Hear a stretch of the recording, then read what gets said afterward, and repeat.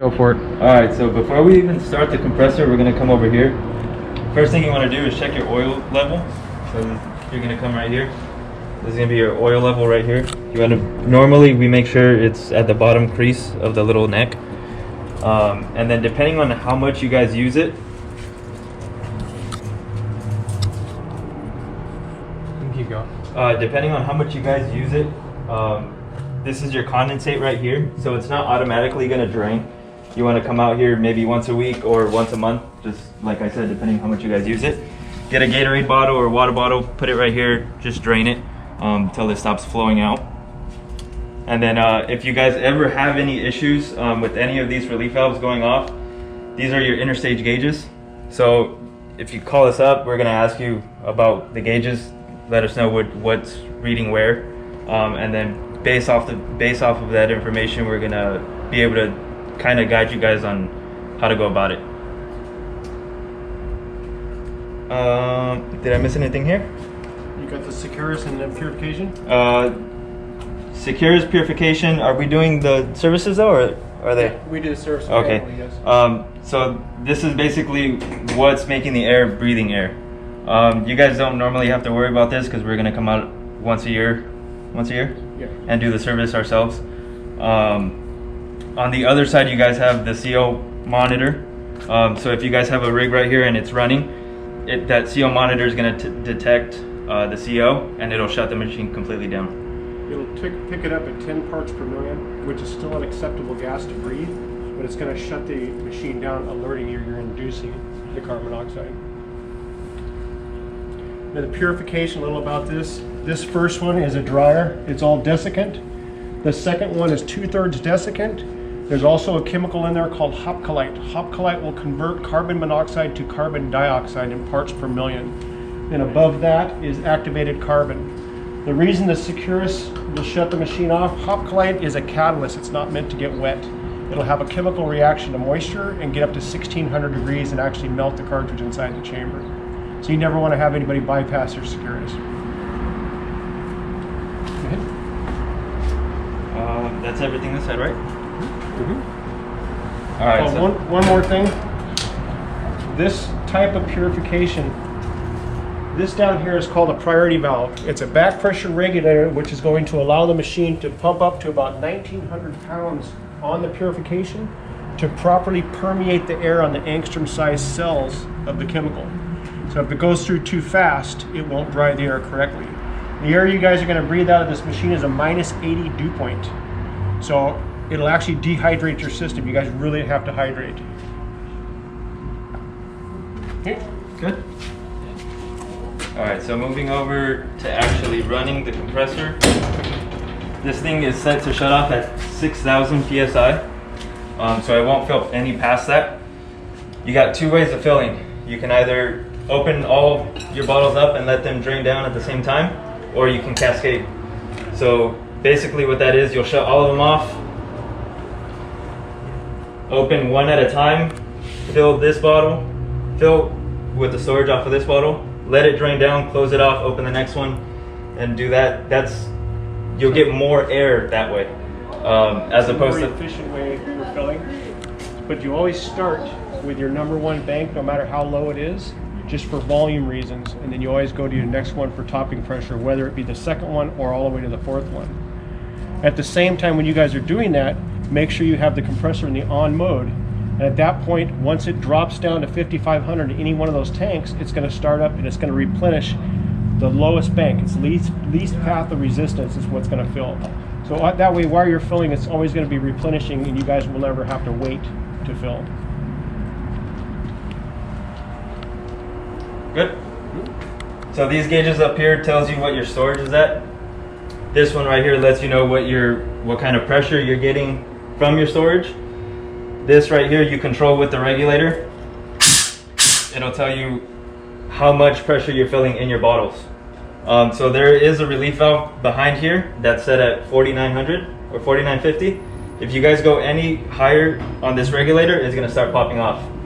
So if you guys get lower on your storage, say about 4,000, you're never going to reach that 4,500 PSI, which you guys are filling. a lot of guys tend to crank this up thinking they're gonna get that 45, and then it'll start popping off in the back. So then we'll get calls, hey, there's a leak behind the panel. So you always want to make sure your inlet pressure is greater than your demand before you touch the regulator. If you keep cranking on it and you only have 4,000 available, then the machine's going to start up, and now at this time the regulator's set too high and it'll sit there and blow that safety leak. So no matter what bank you have open, if you guys are all at 4,500 pound bottles probably, there's no reason to back that reg off, just leave it at 45. If you have dissimilar bottles, let's say scuba tanks, paintball cylinders, always make sure you match your filling pressure to the bottle. Make that adjustment before you do the fill. So what a lot of fire departments will do, they'll set this to about 4,600 just to get that deficit once the air cools down, and then take the handle off so nobody can mess with it. So once it's set, you can't touch it. And then these gauges right here, 1, 2, 3, you'll hook up your bottles on the inside. If there is any pressure, leftover air in the bottles, once you open it up, it'll come up right here, and then you can turn these knobs just a little bit, just maybe 1/4 of an inch, and then it'll raise as the pressure in the bottle gets higher. When you guys close these, you don't want to wrench down on them because they are just a rubber seat. So if you guys wrench down on them, they're gonna seize up. Yeah, like 2 fingers tight. Yeah. Fine with all the valves. Before you guys start filling, you want to make sure this bar comes down at an even angle. If it's set and it comes down at an angle, sometimes it won't fill. So just kind of wiggle the door just so it comes down even. And then this is your fill station. So you'll grab your bottle, set it, connect it. You want to make sure your bleed is closed. The nice thing about these, there's also relief valves here. So if you do turn the regulator up too high, it'll pop these guys off too. If you guys do have any other type of bottles that you're filling, say like paintball canisters or something, there's quick connects here. So you can just swap them out real quick. We could actually make whatever hose you guys need for scuba, paintball, any type of CGA 346 connectors.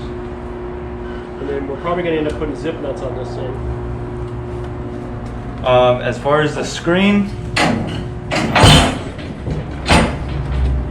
this is your general home screen.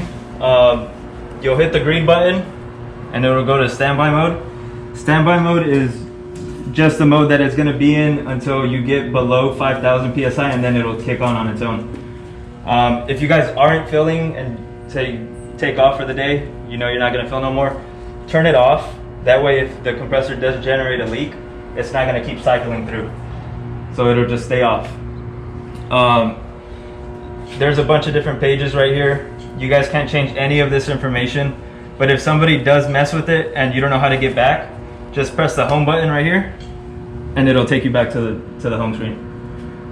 If it does alarm, try and reset it first, and if it keeps acting up, then give us a call. The way you reset it is with this little exclamation point with the arrow. Just hold that down and it'll reset. What else? What am I missing? A little about the fill station. It's a explosion-proof fill station. If you do not have this door correctly closed, it will not allow you to fill these bottles. There's a device back here. It's a lever-actuated valve. This meets this valve, and now it sends air to this bar valve, and then the bar drops and opens the other valve, and now you're able to fill. So if the door is not closed correctly or the bar is not down, like Chris was saying, it won't allow you to fill. And just the same, 2 fingers tight on these valves is fine.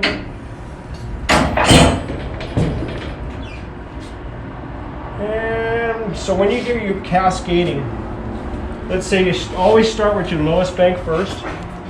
Try to get to 45. If not, you close that bank, go to the next one. If that doesn't accomplish your fill, go to the next one. The one thing is, all these banks are down, let's say 4,000, and you have a few bottles you want to get out right away. You can put this in the compressor mode, and now it's going to pump from the compressor directly into your tanks. Then when you get these accomplished, then you can go back to your storage mode and it fills your storage. That way you can just top off if you have to.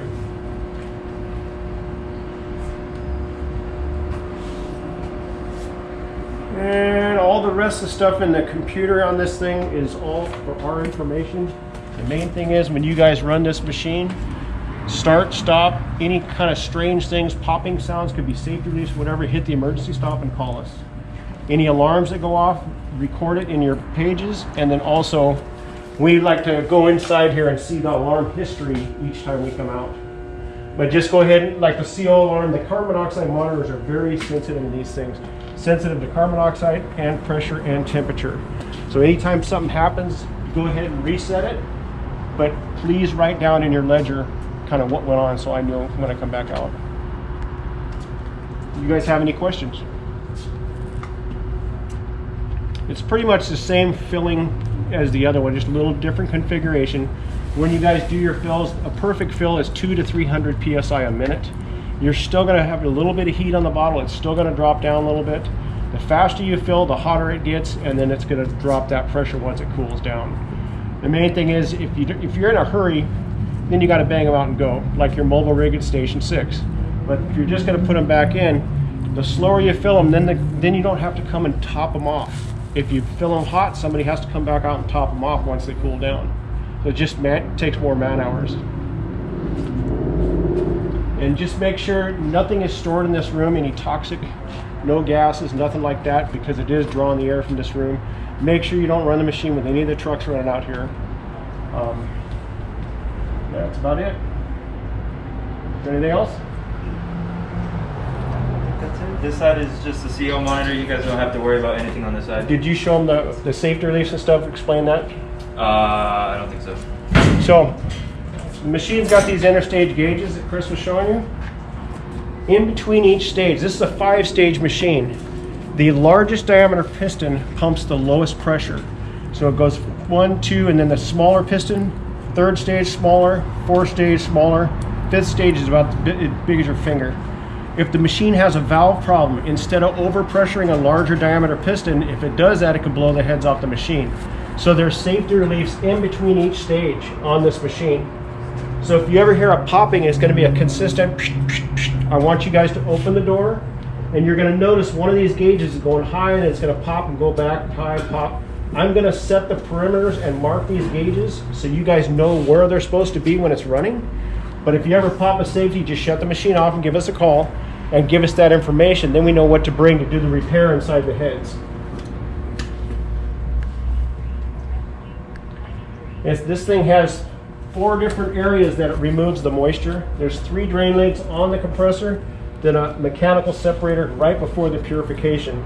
So every 15 minutes you're going to hear this thing psh, drain down, and then it's going to come back up. So every 15 years we're going to replace the separator from cyclical fatigue. So 4 times an hour.